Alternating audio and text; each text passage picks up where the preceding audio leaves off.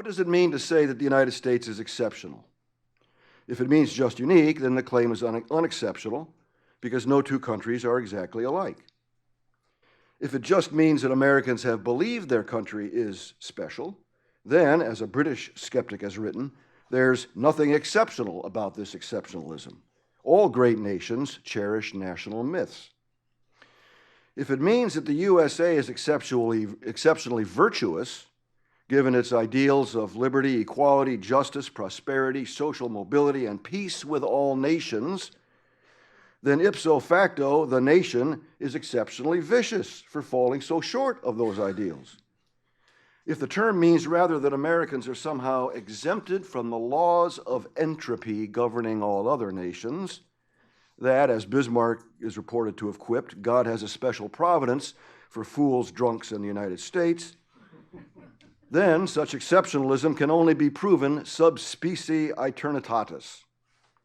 Indeed, the very illusion that a nation enjoys a divine dispensation may perversely inspire the pride that goeth before a fall, or the many bad ends to which reckless adolescents are prone. Finally, if American exceptionalism means that its power, values, and indispensable status render the United States exempt from the rules of behavior it makes and enforces for other nations, why, then enemies, neutrals, and allies alike are sure to push back. Exceptionalism is simply more trouble and more danger than it's worth. It either means nothing at all or altogether too much.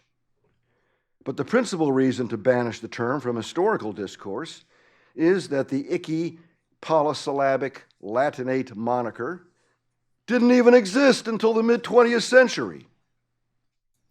No Puritan colonist, founding patriot, Civil War statesman, romantic poet, pastor, or propagandist employed the word. To be sure, most of them believed the United States to be an historic undertaking, even a new order for the ages. But far from believing their nation to be an exception to the rules of nature governing other men and nations, they either hoped their example would transform the world, or they feared that a lack of Republican virtue here would doom the experiment. In neither case would Americans stand apart from the human race.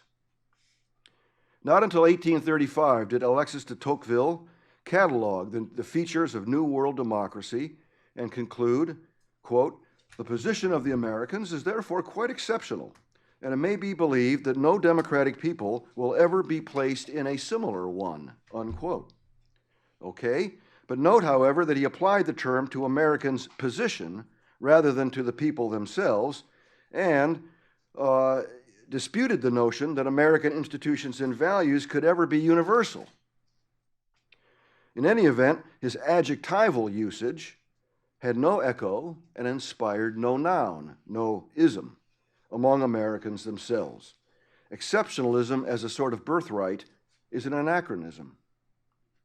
Flash forward to 1906, when another foreigner, sociologist Werner Sombart, asked why American working classes showed so little interest in socialism.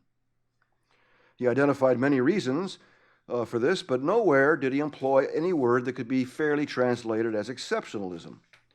Sombart referred instead to the idiosyncrasies of the spiritual culture, or the American popular soul, die Eigenarten der amerikanischen Volksseele. What was the source of this spirit, he asked. Must one hypothesize that it just dropped from the heavens on the chosen people, auf das auserwählte Volk? Not at all, because the same entrepreneurial spirit could be found in London or Berlin. It was just purer and more pervasive in the United States, thanks to such factors as the Protestant ethic, democratic consensus, two-party system, high standard of living, social mobility, and the safety valve of an open frontier. For Werner Sombart, Americans occupied an extreme on the sociological spectrum, but were not exceptional, not off the charts. The real origins of the notion of an exceptional United States lurk in the recondite disputations of the two greatest transnational movements of the early 20th century, the Roman Catholic Church and the Communist International. Both had reason to fear that Americans might be immune to their presumptively universal appeals.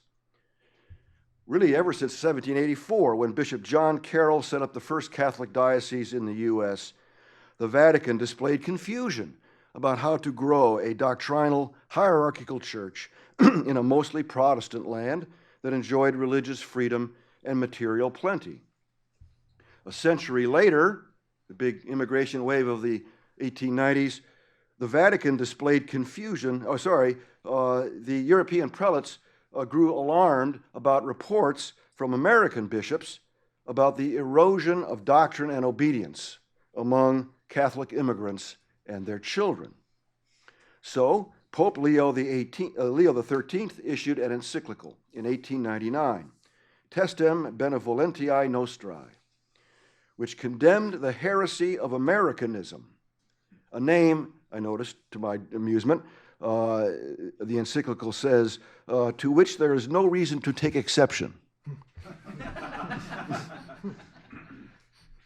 It attributed Americanism to the nation's revolutionary Anglo-Saxon origins, its individualism, liberalism, egalitarianism, and separation of church and state.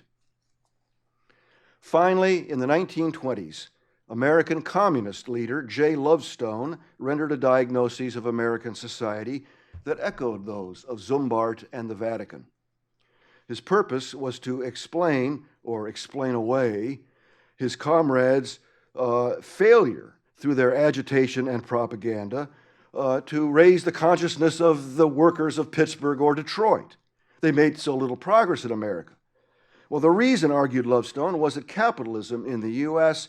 was so exceptionally productive and stable that it was hard to raise the consciousness of the proletariat.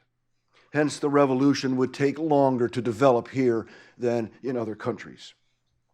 Joseph Stalin wasn't having it. He anathematized this theory as a form of deviationism.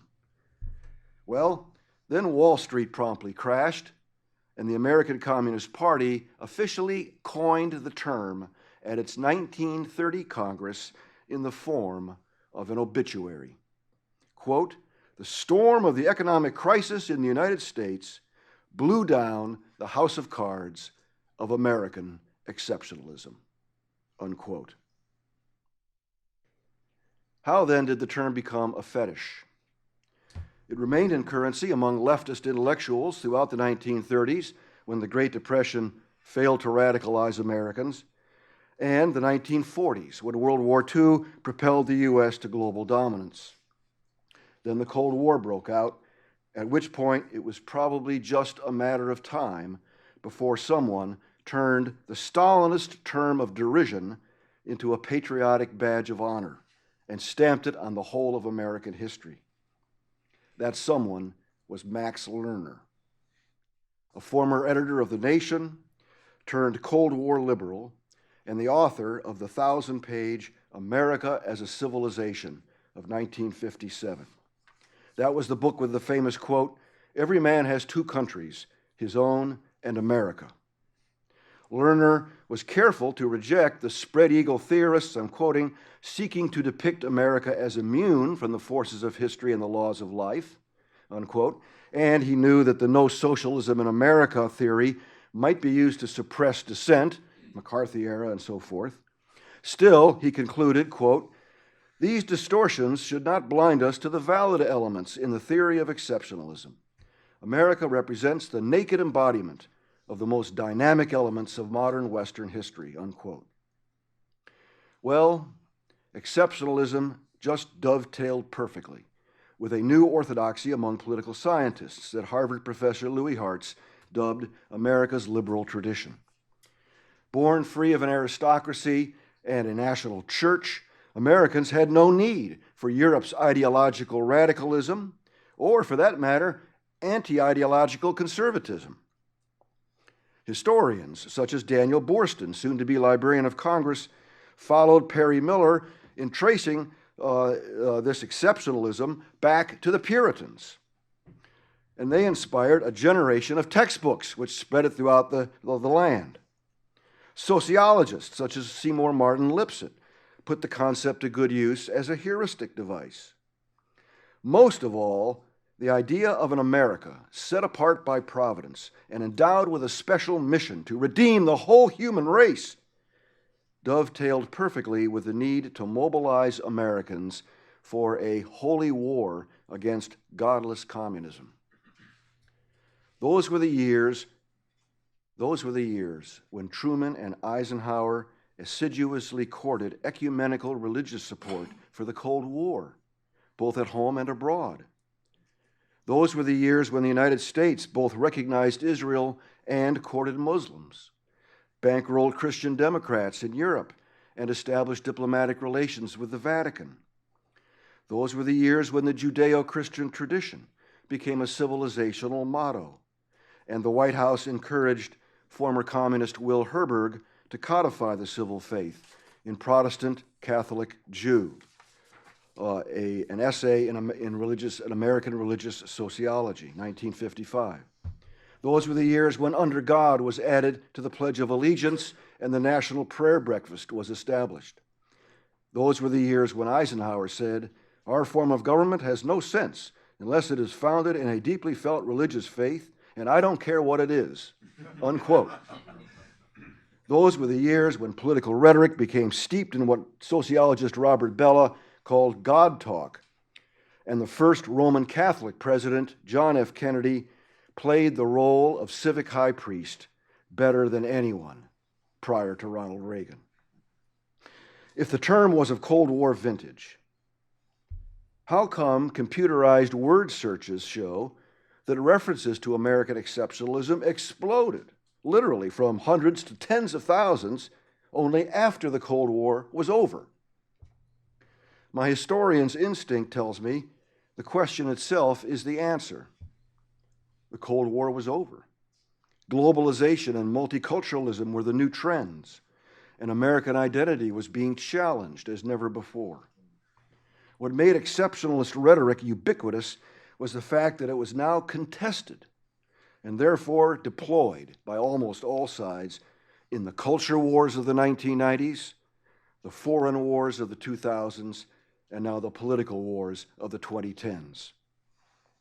In sum, the myth of American exceptionalism entered our lexicon as historical gloss for the campaign to persuade a skeptical, war-weary nation that global commitments like the United Nations and the Truman Doctrine really fulfilled America's hoariest, holiest calling. Exceptionalism was not an archetype of the Promised Land, but an artifact of the Crusader state.